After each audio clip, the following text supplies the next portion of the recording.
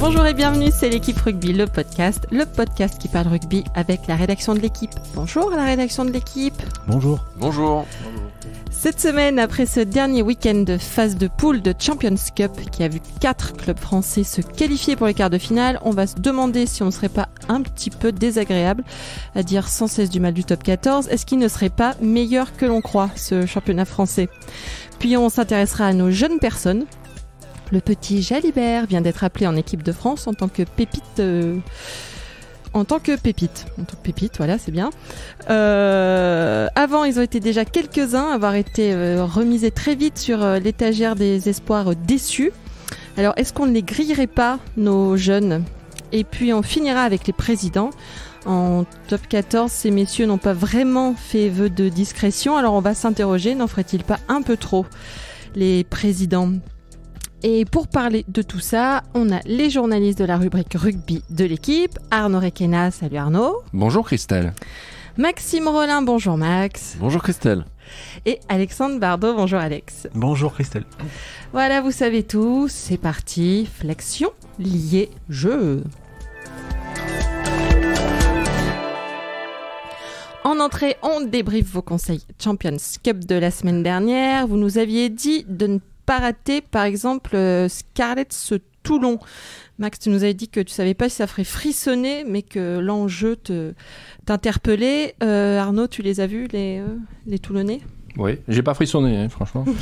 mais il y a eu du suspense jusqu'au bout, puisque Toulon a perdu 3 points, alors qu'un match nul lui aurait permis de finir premier, mais de toute façon, le match nul n'aurait pas permis de recevoir le quart à domicile. Donc c'est un moindre regret, il aurait fallu battre cette équipe, et pour battre cette équipe, il faut éviter de faire des cagades d'entrée et de prendre un essai sur le coup d'envoi à peu près comme à chaque fois.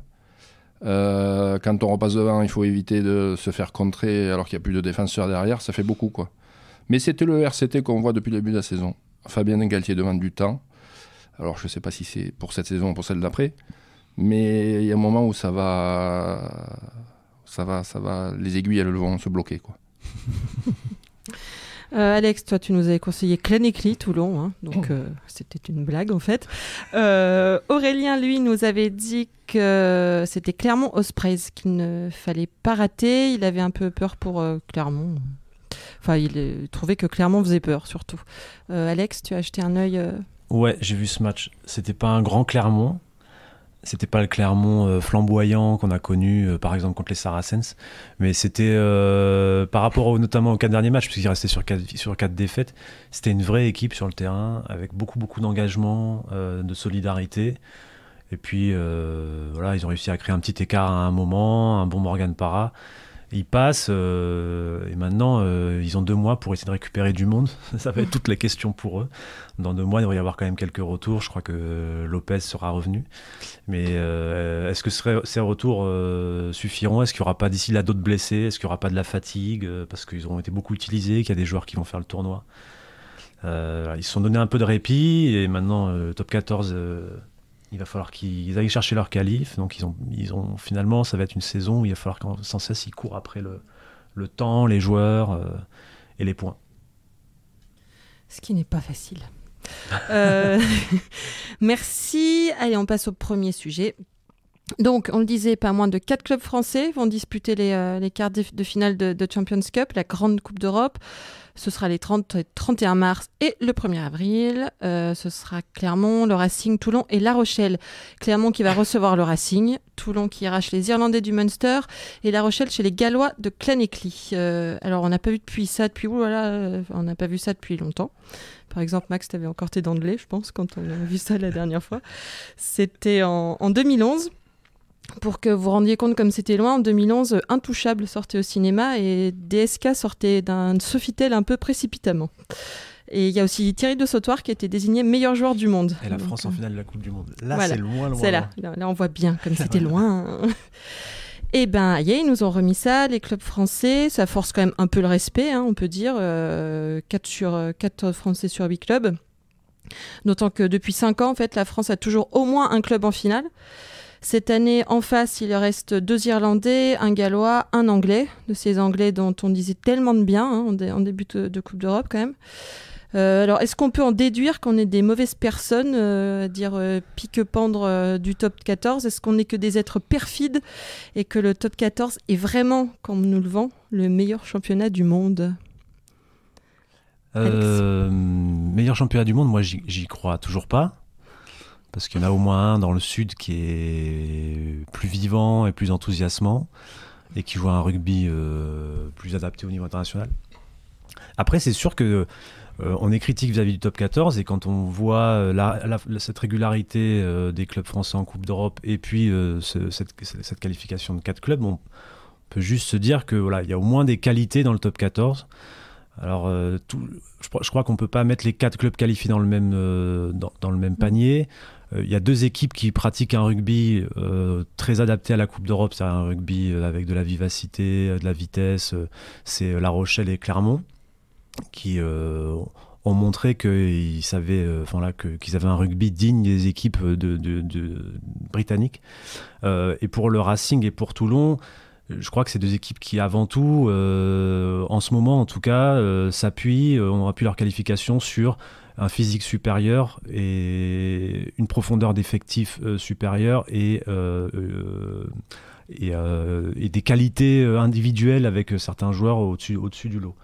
Et voilà, c'est très marrant de voir que effectivement que ces 4 clubs passent alors qu'on critique le top 14 pour son jeu. Et notamment c'est Toulon par exemple ou le Racing dont on peut critiquer le jeu. Dans le cas de Toulon, ce qui est marrant, c'est que Fabien Galtier était plutôt dithyrambique sur le jeu de Clanecli avant ce week-end. Et il avait lui-même fait des visites l'an dernier, pas à Clanecli, mais au Ospreys. Il apprécie la manière dont ses équipes travaillent, dont ses franchises travaillent.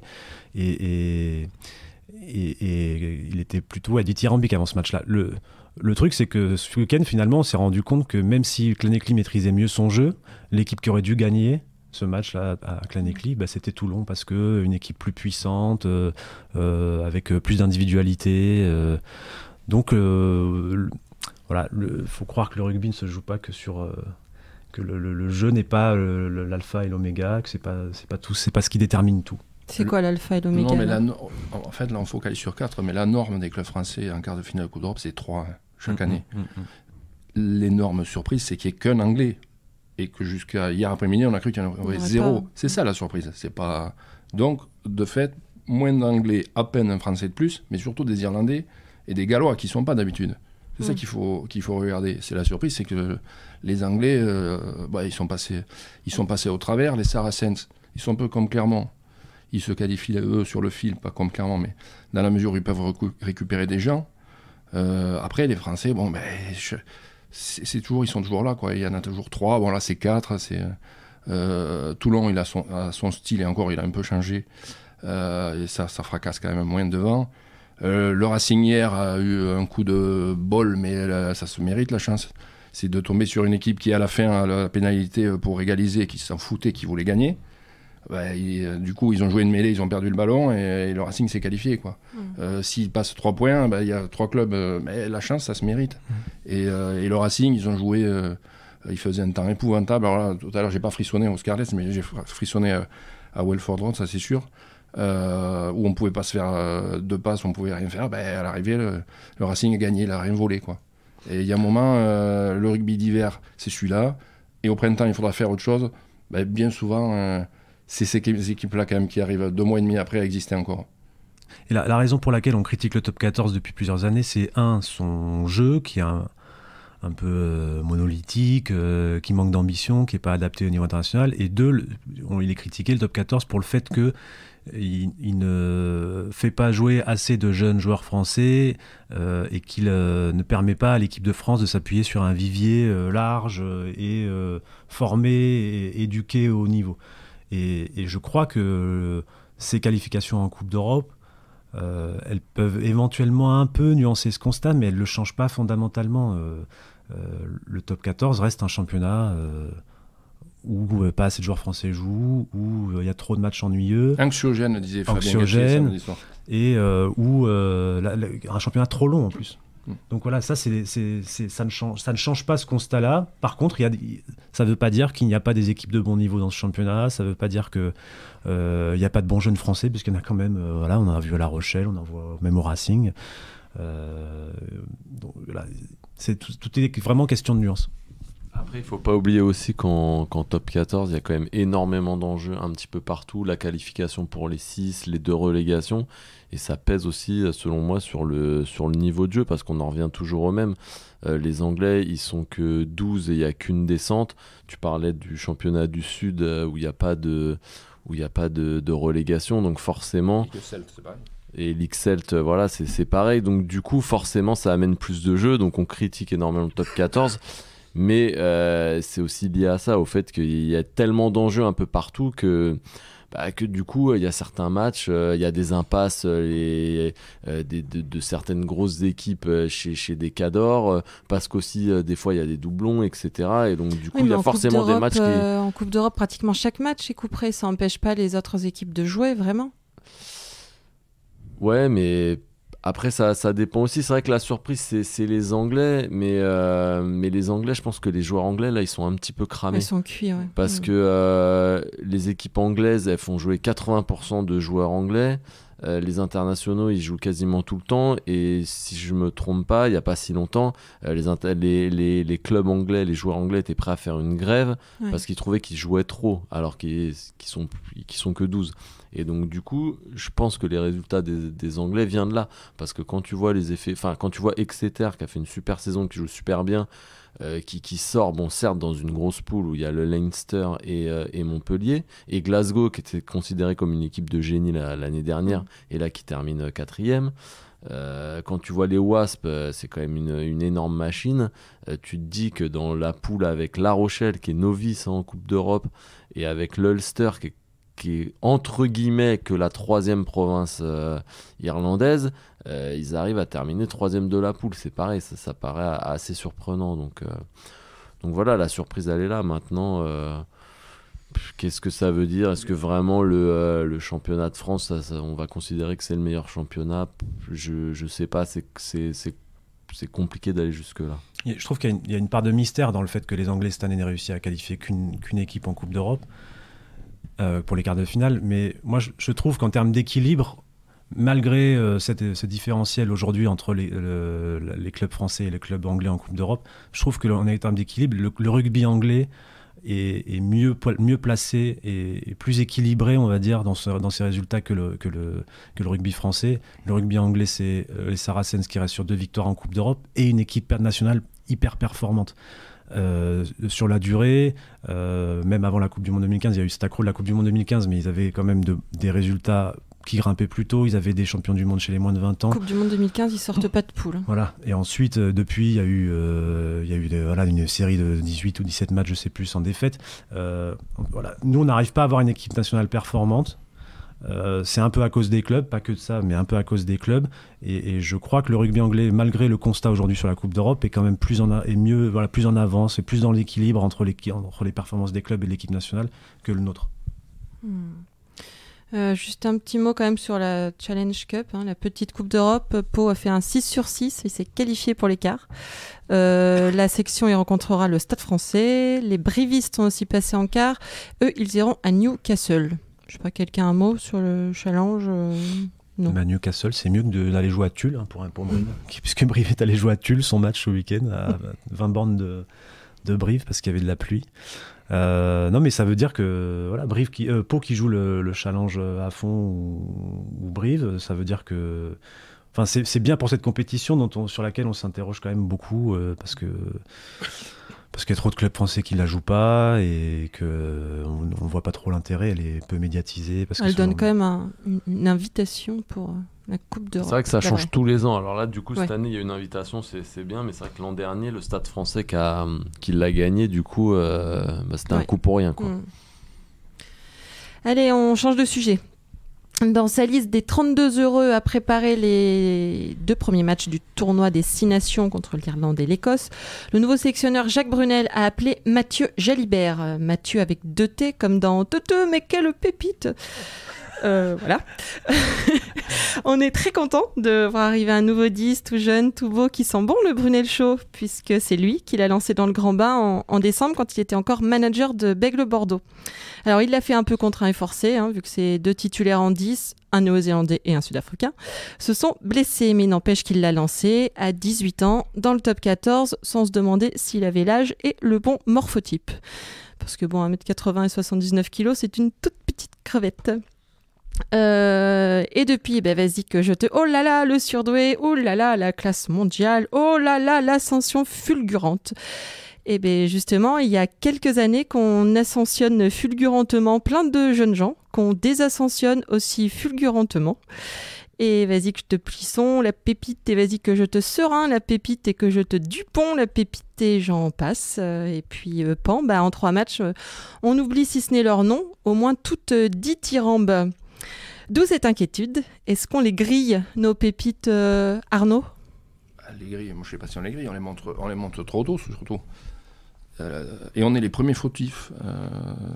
Tu parles des médias. Des médias, ouais, bien sûr. Il y a un type qui fait 3 matchs avec 2 grilleries et une arabesque. Vite en équipe de France, vite. Je le dis souvent, heureusement qu'on n'est pas les sélectionneurs de l'équipe de France, on aurait 25 demi d'ouverture et 43 demi de mêlée, et on serait quand même très ennuyeux. Et on a critiqué les sélectionneurs parce qu'ils n'arrêtent pas de tourner. Alors là, on l'a pas grillé, Jalibert, on l'a pas vu. Mais samedi, j'avais discuté avec Anthony Bello dans les vestiaires au Scala. Je lui disais, t'es beaucoup plus vieux que ton concurrent en 10, ce qui l'a amusé. Je lui dis, tu crois que le prochain, dans 2 mois, aura 15 ans? Voilà quoi. Après, Jalibert, il est annoncé très bon. Le petit Toulonnais Carbonel est annoncé très bon. Mais à un moment, il faut... on va voir quoi. On va voir. Mais tout le monde ne peut pas être très bon et tout le monde ne peut pas jouer en équipe de France. Après 4 matchs. Pierre Bourgari, le talonneur de La Rochelle, il est très bon, il a un gaz terrible. Mais moi, je ne suis pas sélectionneur, mais je pense qu'il ne faut surtout pas le sélectionner en équipe de France maintenant. À 20 ans, après 4 matchs. Et il faut savoir raison garder. Et surtout, il faut se souvenir d'une chose. Depuis quand on n'a rien gagné chez les jeunes? Depuis le titre de champion du monde en 2006 des moins de 21. Donc, c'est-à-dire que nos jeunes ne sont même pas très bons dans leur catégorie d'âge. Collectivement, peut-être individuellement. Il ne faut jamais perdre ça de vue. Un type, il a fait 3 matchs. L'équipe de France, c'est autre chose. Oui, je vais défendre la corporation un peu. Je crois que personne n'a... J'ai lu aucun papier disant il faut appeler Anthony Bello ou il faut appeler Mathieu Jalibert en équipe de France. Ce sont des choix de sélectionneurs. Jacques Brunel, il entraîne Mathieu Jalibert, il l'a entraîné à Bordeaux pendant plusieurs mois au moins. Donc s'il le sélectionne, c'est qu'il le juge apte. Et c'est celui qui fait monter Mathieu Jalibert, c'est pas les médias, c'est pas l'opinion publique, c'est Jacques Brunel. Après la question, ça va être moi ce que je trouve dur aujourd'hui pour les jeunes qui jouent. Moi je pense qu'il faut les lancer et qu'il faut pas hésiter. Ce qui est dur, c'est le contexte, c'est-à-dire qu'ils arrivent dans des équipes de France qui ne sont pas en confiance, où les cadres ne sont pas en confiance, et où les résultats ne sont pas bons. Donc c'est pas facile de s'installer et d'arriver avec un socle de confiance et de sérénité. Et le deuxième problème auquel sont confrontés les jeunes, c'est le suivi au fur et à mesure des saisons qui passent. Est-ce qu'on leur laisse le temps de se former, de travailler sur leurs points faibles? Est-ce qu'on les fait trop jouer parfois? Je me souviens, c'était le grand exemple de Philippe Saint-André, mais il avait raison. Il y avait Wesley Fofana et Yoann Maestri, ils sont arrivés en équipe de France, ils avaient entre 20 et 23 ans, je ne sais plus. Mais ils étaient très bons. Enfin, ils avaient beaucoup de qualité pour arriver au niveau, quelques manques dans leur formation. On les a beaucoup fait jouer, ils ont fait 30 à 40 matchs par saison. On les a pas fait assez bosser à un moment sur leurs points faibles. Et il y a un moment où, en 2015, leur carrière internationale, elle était en échec, et celle de Yoann Maestri, elle est en échec aujourd'hui. Fofana, il va falloir lui laisser le temps de revenir, il avait quand même progressé. Mais voilà, comment on va accompagner les Jalibert, les Belot, pour que ils restent plus que des pépites de 19 ans, pour qu'ils deviennent plus que des pépites de 19 ans et qu'ils deviennent des joueurs accomplis, pourquoi pas des Wilkinson ou des Carter. Ouais, mais pour qu'ils deviennent des Wilkinson et des Carter, il faut qu'ils s'accomplissent eux-mêmes. Et c'est-à-dire qu'à la fin de l'entraînement, dès que l'entraîneur a sifflé la fin de la récré, il ne faut pas rentrer tout de suite à la douche ou remonter sur son scooter. Il faut aller taper des coups de pied, il faut aller faire des passes. C'est ça aussi le problème. Après, est-ce qu'ils le font, est-ce qu'ils le font pas? Cela, j'en sais rien. On ne sait pas, mais quand on va sur certains entraînements, moi je le répète assez souvent, les mecs qui restent sur le terrain un quart d'heure, 20 minutes, une demi-heure, voire une heure, généralement c'est plutôt les étrangers. À Toulon, Arnaud y a été plus souvent que moi, mais il y a souvent beaucoup d'étrangers qui restaient après pour taper des coups de pied, faire des passes. Le seul contre-exemple que j'ai en tête, c'est Sébastien Thiusbord. Au Stade Français, pareil. Ceux qui tapent les coups de pied, c'est les Mornestein et compagnie. Et à l'époque de Wilkinson, c'est Wilkinson qui restait sur le terrain. Après, c'est vrai que... Mais c'est là où quand je dis qu'il faut les encadrer, il faut les aider dans leur progression et avoir un plan de développement pour ces joueurs-là. Ça veut dire qu'il faut qu'il y ait des gens qui les prennent en main après les matchs, après les entraînements pour travailler tel aspect. Et il faut s'en occuper, quoi. Alors c'est peut-être un peu le travail des clubs, mais c'est aussi le travail des staffs des équipes de France, de leur faire prendre conscience de ça et éventuellement de les encadrer. Ouais, mais il faut un peu d'autonomie, je pense. C'est comme ça que tu deviens un vrai champion aussi. C'est pas en étant assisté continuellement à te dire va faire tes 20 minutes de passe ou va taper tes 36 coups de pied. Je pense que les joueurs doivent aussi, eux, un petit peu se prendre en main. Et si c'est vraiment des réels champions, c'est à eux de faire leur taf supplémentaire. Et je pense que s'ils arrivent à avoir cette rigueur de travail, on les cramera pas. Après, c'est vrai que je te rejoins quand tu dis que c'est pas forcément nous qui les... On les monte, entre guillemets, oui, quand il y a un jeune qui fait 2-3 bons matchs, forcément qu'on va en parler, forcément qu'on va le mettre en lumière. Mais après... Arnaud, c'est pas nous qui les sélectionnons. Je crois que sur Mathieu Jalibert, on n'avait pas fait un seul papier avant qu'il soit appelé. Le choix du sélectionneur. Mais après, Mathieu Jalibert, c'est vrai que personnellement, on m'en avait parlé en début de saison. On m'a dit à Bordeaux, il y a un super petit jeune, un numéro 10, il s'appelle Mathieu Jalibert, retiens son nom, tu verras, etc. On m'a même dit il est meilleur que le petit Romain Tamac, qui lui avait été monté en épingle et qui était même dans la liste élite de Guinoves. Et au final, c'est vrai qu'il arrive, il a fait quand même déjà c'est au moins ses 15 matchs avec Bordeaux. Et c'est vrai, dans ces cas-là, pourquoi pas le lancer. Le titulaire, le numéro 1 est blessé, c'est Lopez. Après, tous les autres, ils n'ont jamais vraiment prouvé qu'ils pouvaient garder leur place. Trinduc, même Belot, en novembre ça n'a pas été terrible. Là en plus il fait pas des super matchs. Ce week-end il s'est un peu raté. Donc allons-y. Et alors oui, il y a peut-être un risque de le cramer, mais si le joueur pour moi il est vraiment au niveau, et ben à un moment il reviendra, il se imposera. C'est arrivé à tous les joueurs d'avoir des trous, des périodes où ils ont moins joué parce que ça allait moins bien. Et voilà, par exemple un mec comme Sébastien Bézi, lui on peut dire qu'on l'a cramé. Mais au final, quand tu vois qu'au Stade Toulousain, il joue plus trop, c'est peut-être que malheureusement, il avait peut-être pas le niveau international. Voilà, à un moment, il était bon, il fait une super saison. Et ben hop, on l'essaye, ça marche pas.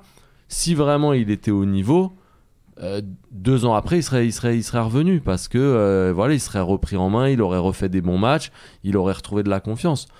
Sébastien Bézi, c'est peut-être simplement un très bon joueur de club et voilà, tant pis. Il n'y a pas complètement de honte à être un très bon joueur de club. Il y a des super joueurs qui n'ont jamais eu de sélection et qui sont des super joueurs de club. Voilà, et ça existe. Ils n'ont pas réussi à passer le cap international, mais ça reste des super joueurs. Oui, qui ont eu 2-3 sélections et qu'on a pu revu. Écoutez, on a fait le tour. On a presque pas dit de mal, donc c'est bien.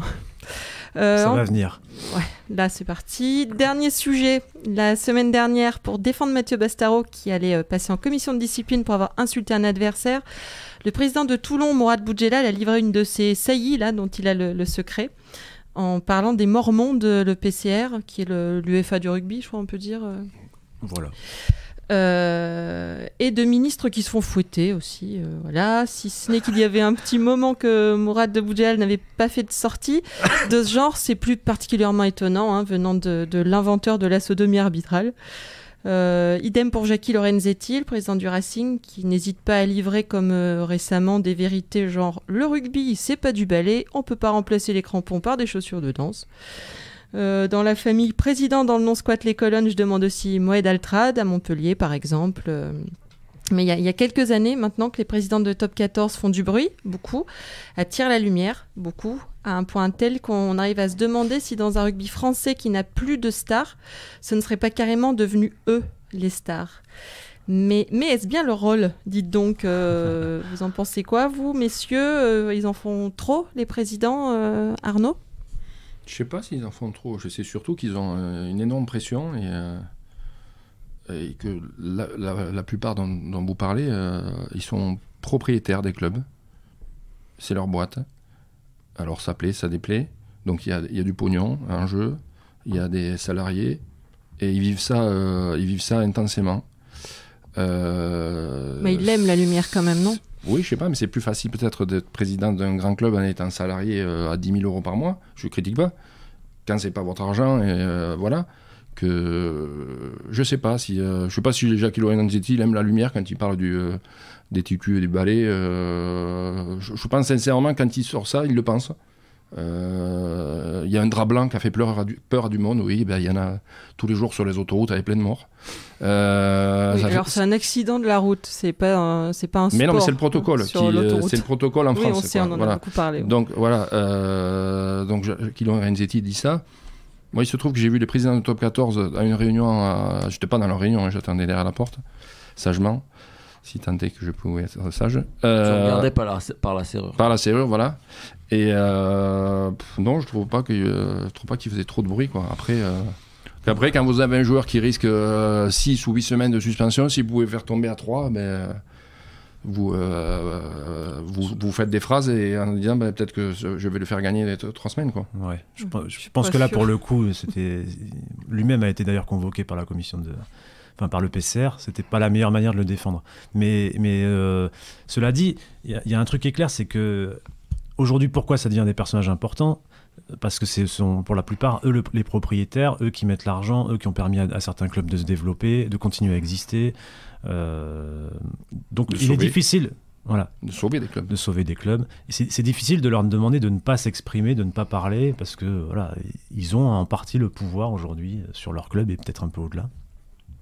Après, je pense qu'ils devraient quand même, les uns et les autres, il y en a qui arrivent à respecter ça, ils devraient s'en tenir à une certaine, avoir une certaine retenue, ne pas prendre la parole pour un oui, pour un non, dire tout et son contraire, partir dans des débats sans fin qui parfois virent pas à l'insulte, mais pas loin, on dévalorise les autres. Je pense que voilà, on peut rester dans un climat un peu. Je pense que ça participerait à apaiser le climat si chacun allait vers une retenue plutôt que de partir. Voilà. Je pense que Vincent Merlin, il est propriétaire, il est pas propriétaire, mais il met beaucoup d'argent dans le club de La Rochelle et on l'entend pas tous les 4 matins. Et pourtant, La Rochelle est un club qui est devenu médiatique. Voilà. Si chacun pouvait respecter un peu ça, l'ambiance serait meilleure, je pense. Après, c'est vrai que ça dépend des clubs, mais tu parles de Vincent Merlin à La Rochelle, sauf qu'à La Rochelle, celui qui parle et qui a un petit peu la tête d'affiche, c'est Patrice Colazo. À Toulon, c'est Mourad Boudjelal. Oui, mais tu crois que Patrice Colazo serait entraîneur de Toulon, ce serait pas... Ce serait Mourad Boudjelal. Bah voilà. Et ce serait Patrice Colazo, il aurait son mot à dire. Et parce que, voilà, en conférence de presse, mais quand après, il vient, je pense qu'on s'ennuierait un petit peu. Parce que si tous les présidents étaient comme par exemple le Dr Wild au Stade Français, ce serait un petit peu compliqué. Le vide crée des personnages. Je veux dire, s'il n'y avait pas Mourad Boudjelal, Jackie Lorenzetti et Moed Altrad, il y en aurait d'autres. L'actu serait différente. On parlerait peut-être plus de certains managers, peut-être plus de certains joueurs. Je veux dire, qui se rappelle de qui était le président du Racing quand ils sont champions de France en 1990? Bon, j'en sais rien. Voilà, bon, il n'y a que lui là à gauche. Il y a certains champions de France dont on ne se souvient pas du tout du nom du président. Par contre, on se souvient des joueurs, on se souvient des managers. Il est important que la vérité de ce sport, elle reste aussi sur le terrain. Ouais, et le problème, c'est qu'on n'a pas assez de joueurs stars aussi, à mon avis. Et du coup, les présidents ont pris un petit peu ce rôle-là. Et c'est vrai que je prenais aussi cet exemple quand on en discutait entre nous, c'est Bernard Laporte, président de la Fédération française de rugby. Aujourd'hui, c'est lui presque la star de l'équipe de France. Parce que tu demandes aux gamins quels joueurs ils connaissent, Laporte, il est peut-être presque plus connu que la moitié des joueurs.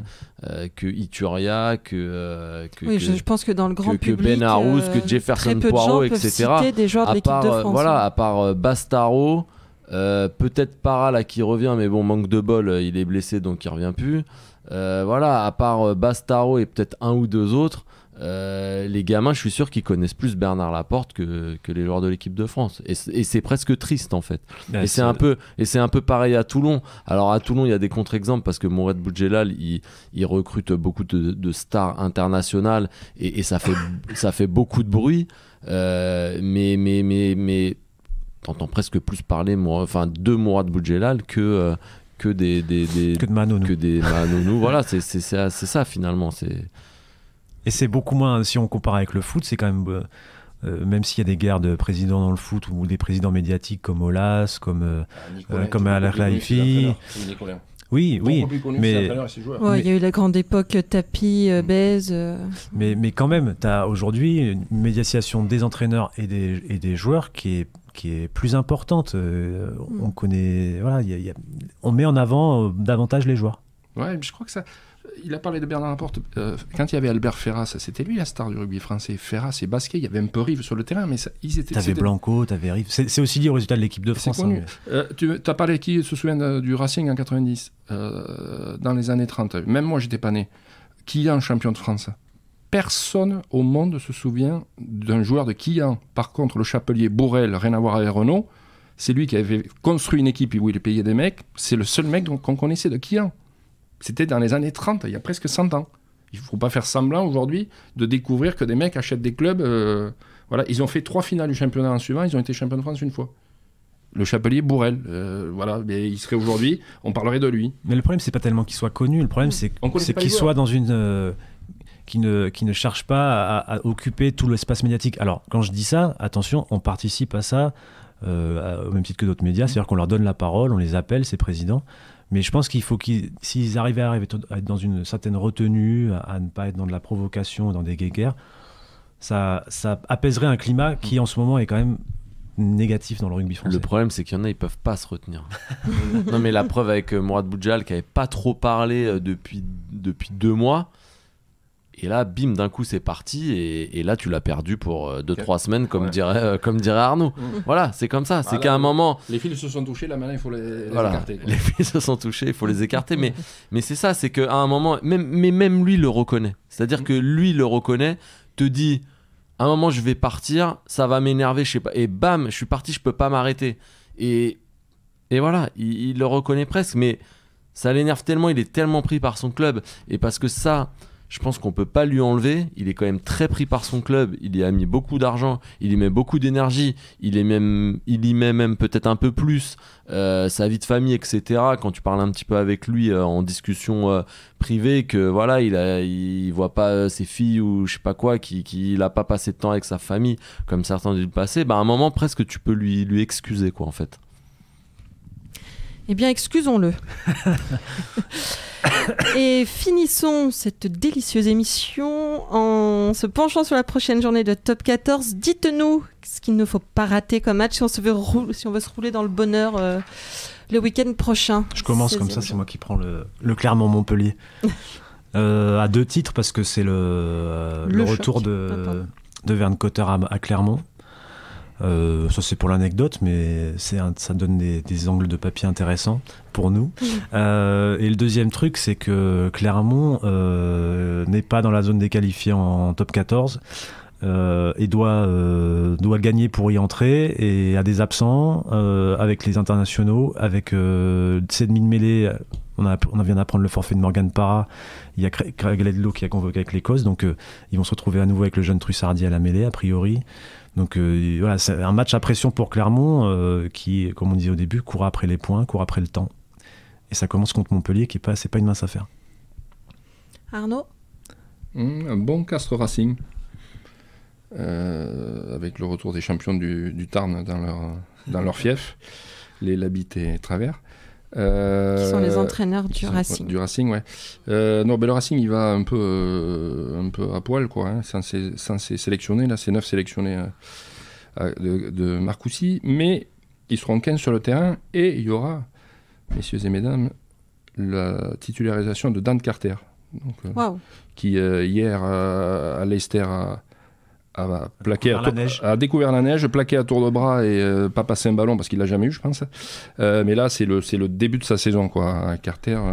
Alors, on en plaisante, mais pour le Racing, c'est pas de la rigolade et ça risque de faire bobo dans 2-3 mois quand ils récupéreront leurs joueurs et que Carter aura 2-3 mois dans les pattes avec, nous a dit Laurent Labitte hier, il lui manque une chose à son palmarès, c'est la Coupe d'Europe.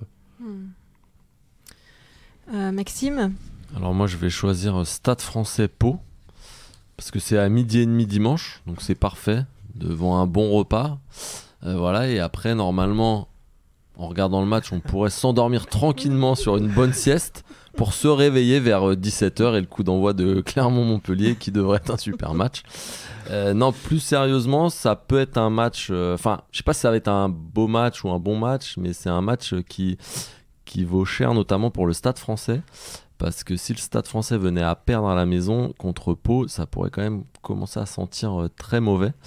C'est vraiment un match charnière pour eux. Mais là, ils viennent de se qualifier en quart de finale de challenge européen, alors qu'on les voyait pas du tout se qualifier après leur défaite en Russie. Ils avaient été un petit peu moqués. Grosse équipe, Krasnoïarsk. Ouais, voilà. Et donc, du coup, allez, ça peut être un petit tournant pour le Stade Français si ça se passe bien. Pourquoi pas faire une bonne deuxième partie de saison. Eh bien, nous verrons ça avant la sieste. Donc, on a fait le tour. C'était donc l'équipe rugby, le podcast, une émission de la rédaction de l'équipe. Aujourd'hui, j'étais avec Arnaud Requena, Alexandre Bardot et Maxime Rollin. Merci à Camille Regache à la technique. Retrouvez-nous tous les lundis sur l'équipe.fr, l'Apple Podcast et SoundCloud. N'hésitez pas à réagir, laissez-nous des commentaires, mettez-nous des étoiles. À la semaine prochaine.